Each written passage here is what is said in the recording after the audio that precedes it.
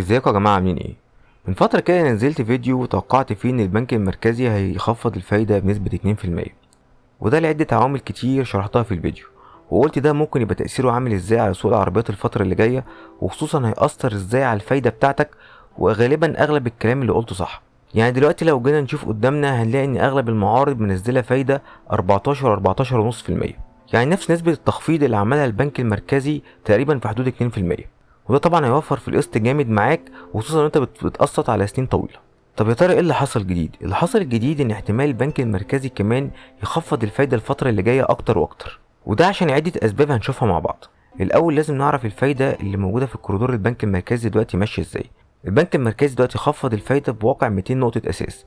يعني ايه؟ يعني العائد على سعر الايداع والاقتراض لليره الواحده وسعر العمليات الرئيسيه للبنك المركزي 22 و23% و22.5 على الترتيب.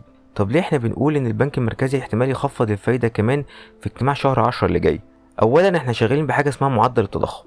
التضخم ده يا جماعه ان الاسعار بتزيد، بس كل ما نسبه التضخم بتزيد معنى كده الاسعار بتزيد بنسبه اعلى. نسبه التضخم بتقل معنى كده الاسعار بتزيد بوتيره اقل. نسبه التضخم السنوي تراجعت دلوقتي ما بين 14 و15%. فانت كده تقريبا واخد حاجه اسمها فايده موجبه تقريبا بنسبه 7 او 8%. يعني ايه فايده موجبه؟ الفايده الموجبه دي يعني انت بتخصم نسبه تضخم من باقي صافي اموالك. نشرحها بسرعه. انت دلوقتي لما يبقى معاك فلوس حاططها في البنك، الفلوس اللي انت حاططها في البنك دي هتزيد مثلا، وليكن اللي حاططها على فايده 20%. فلو انت حاطط 100,000 جنيه هيبقوا 120,000 جنيه. بس التضخم اللي شغال في البلد 15%. يبقى التضخم يبقى قيمة فلوسك قلت بنسبة 15%. فالمفروض يبقى انت كده الفايدة اللي دخلت في جيبك او المكسب العام اللي دخل في جيبك هم ال5% بس، اللي هو الفرق بين سعر التضخم وسعر الفايدة. فالبنك دلوقتي البنك المركزي ليه متنفس اللي هو بنتكلم من سعر التضخم او نسبة التضخم اللي هي 14% 15% لغاية 22% اللي هي سعر الفايدة اللي موجودة في البنك المركزي دلوقتي. وده خلى اغلب البنوك دلوقتي تعمل شهادات 3 سنين بحدود 18%. وعشان برضو ما تتلخبطش، لو انت حاطط فلوسك في صناديق استثمار او قافلها في شهاده متغيره. يعني ايه شهاده متغيره؟ يعني الشهاده دي بتعتمد على سعر البنك المركزي المعلن اللي هو 22.5% دلوقتي. هتلاقي ان سعر الشهاده السنوي 22.5%. بس في اي وقت لو البنك المركزي قرر يخفض الفايده في 2% هتلاقي بقت 20.5. قرر بعد كده خفض الفايده 2% هتلاقي بقت 18.5. دي مرتبطه بالسعر الكريدور او السعر المعلن من البنك المركزي. الشهاده التانية انت بتقفل فلوسك على السعر المعلن الثلاث سنين هو قايل لك عليهم. ده الفرق بين الشهاده دي والشهاده دي. بعد الحصه الصغيره كده عن الفايده والتضخم والكلام ده كله، نرجع لكلامنا بقى. ده يفيدني كايه كراجل عايز انزل اشتري عربيه. كان في كلام ان احتمال يبقى في زياده في الكهرباء وزياده في المواد المحروقات البتروليه الفتره اللي جايه، وخصوصا بعد البنك المركزي ما قلل الفايده 2%. مع ان هو كان ممكن يقلل 4% بس قلل 2% بس تحسبا ان ايه، ان لو حصلت زياده في الكهرباء او في اسعار البنزين.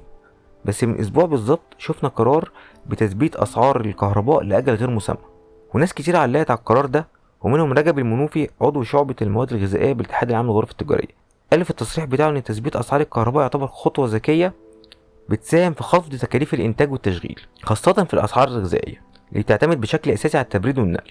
وكذا واحد كمان علق قالك ان تثبيت اسعار الكهرباء ده هيخلي فعلا في استقرار كبير قوي في الاسواق. وبيقولوا ان القرار ده بعد النجاح الملحوظ من خفض معدلات التضخم السنوي للشهر الثالث على التوالي عشان تبقى 12% بس في شهر 8، وده ادنى مستوى من التضخم في 3 سنين. معنى كده ان التضخم لسه بينزل. بس كده؟ لا مش بس كده. لجنة تسعير البترول اخر اجتماع ليها كان في شهر 4 اللي فات، اللي قررت فيه تعمل زيادات في اسعار البترول اللي احنا بصراحة ما حسناش بيها قوي، ما حسناش بالاثر التضخم بتاعها في السوق. فهي قررت تثبت الاسعار لمدة 6 شهور، يعني المفروض هتجتمع في شهر 10 اللي جاي.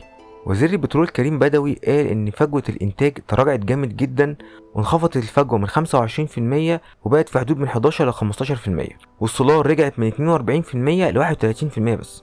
فالفترة اللي جاية في شهر 10 اللي جاي احنا دلوقتي مستنيين حاجة من الاتنين: الا اللجنة تحرك اسعار البترول بنسبة بسيطة، يعني بنزين 92 مثلا بدل ما هو ب 17 جنيه 25 قرش نلاقيه ب 18 جنيه، وبنزين 95 يقفل 20 جنيه، والسولار ممكن يثبتوه او يخلوه 16 جنيه، او مع ثبات سعر الجنيه دولار الفتره اللي فاتت، وان الدولار اصلا سعره بينزل قدام العملات كلها، والدولار دلوقتي النهارده مسجل 48 جنيه. فده يعمل وفر جامد جدا في تكاليف الانتاج. فممكن بناء على كده يثبتوا 3 شهور كمان سعر المواد البتروليه. في الحاله دي البنك المركزي ما قدموش غير ان هو يقلل سعر الفايده ل 2% اللي كان راكنها على جنب.